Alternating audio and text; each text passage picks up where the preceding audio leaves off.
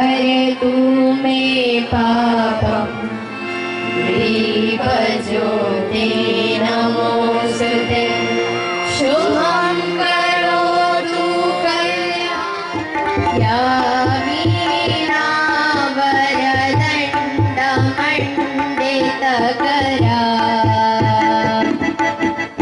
या श्वेतपद्मासना या ब्रह्माच्युतशङ्कर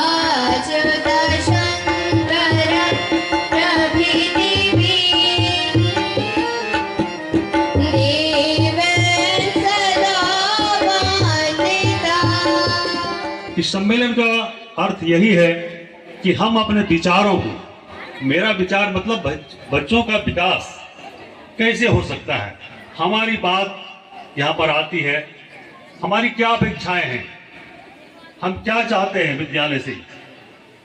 और समिति के लोग भी बैठे हुए हैं, आचार्य, प्रधानाचार्य और प्रदेश के लोग भी यहाँ पर उपस्थित हैं। हम क्या चाहते हैं विद्यालय, कैसे हमारा विद्यालय अच्छा हो, जिसके कारण हमारे भैया बहनों का सर्वांगीण विकास हो सके।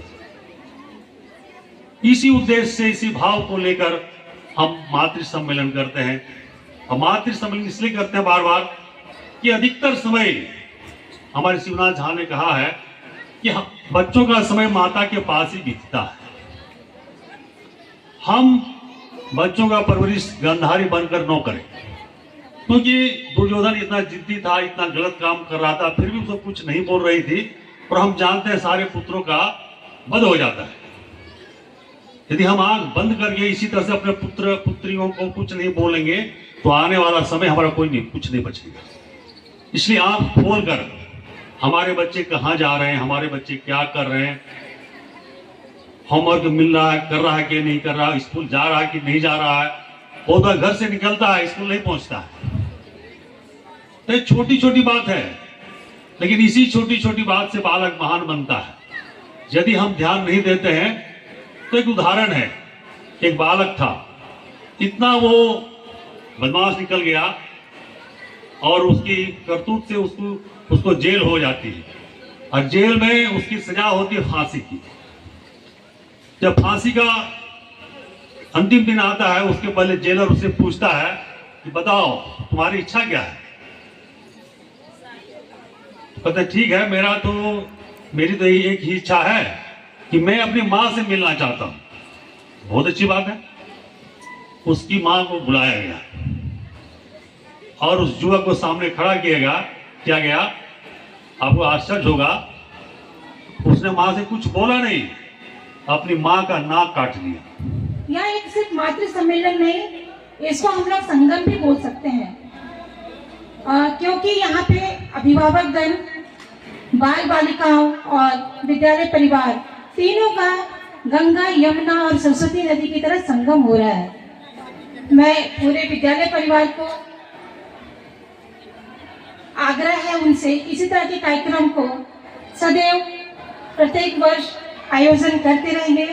हम लोग सब आपके साथ हैं और इस तरह का सम्मान मिलने पे बहुत खुशी होती है। ये गर्व की बात है मेरे लिए भी कि मैंने यहाँ 12 साल अपना अध्ययन पूरा किया और जो कुछ भी सीखा आगे मैं समाज को देने की कोशिश कर रही हूँ। क्योंकि समय बहुत हो गया है, बस 2 शब्दों के साथ मातृशक्ति के लिए मैं 2 शब्द बोल रही हूँ। सृष्टि का मोहिनी रूप हो तुम, सृष्टि का मोहिनी रूप हो तुम, ऊर्जा का असीम स्रोत हो तुम, उम्मीदें खुद ढूंढती आज तुम में, उम्मीदें खुद ढूंढती आज तुम में, अपनी संस्कृति के स्वर्णिम आहट और संपूर्ण इतिहास हो तुम, शक्ति हो तुम, जननी हो तुम। धन्यवाद। और ऊंचे स्वर से भारत माता की, भारत माता की। हमारी माता भारत माता, हमारी माता, हमारी माता, उनको ऊर्जावान बनाए। हम ऐसे बालक बालिका का निर्माण करने में लगे हुए हैं। विद्या भारती के विद्यालयों में हम जो भी कार्य करते हैं, मैं सर्वप्रथम आपको बताना चाहूंगा। जब हमारे विद्यालय में ही नन्हे भैया बहन प्रवेश करते हैं तो इस विद्यालय को मंदिर मानकर मुख्य दरवाजे पर प्रणाम करके प्रवेश करते हैं। और जब विद्यालय में आने के बाद आप देख रहे हैं 3 चित्र लगे हुए हैं, सरस्वती जी, ओम, भारत माता।